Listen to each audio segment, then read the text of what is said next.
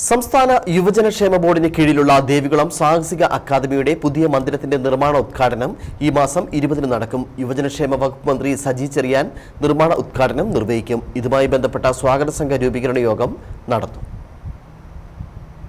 ദേവികുളം സാഹസിക അക്കാദമിക്ക് സ്വന്തമായുള്ള ഒരേക്കർ സ്ഥലത്ത് 9.63 കോടി രൂപ ചെലവഴിച്ച് 100 പേർക്ക് താമസം, പരിശീലനത്തിനുള്ള സൗകര്യം, amphi theatre, conference hall, dining hall, VIP മുറികൾ, ആധുനിക രീതിയിലുള്ള ശുചിമുറികൾ, ഉപകരണങ്ങൾ സൂക്ഷിക്കുന്നതിനുള്ള മുറികൾ തുടങ്ങിയ സൗകര്യങ്ങളോടുകൂടിയ കെട്ടിടമാണ് പുതിയതായി സാഹസിക അക്കാദമിക്കായി നിർമ്മിക്കുന്നത്.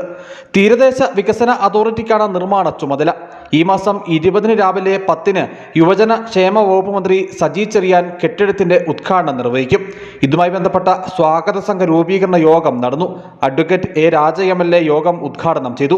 ദീർഘനാളത്തെ ഒരു ആവശ്യമായിരുന്നു ദേവികുളത്ത് അഡ്വഞ്ചർ അക്കാദമിക്ക് ഒരു പുതിയ കെട്ടിടം വന്നത്.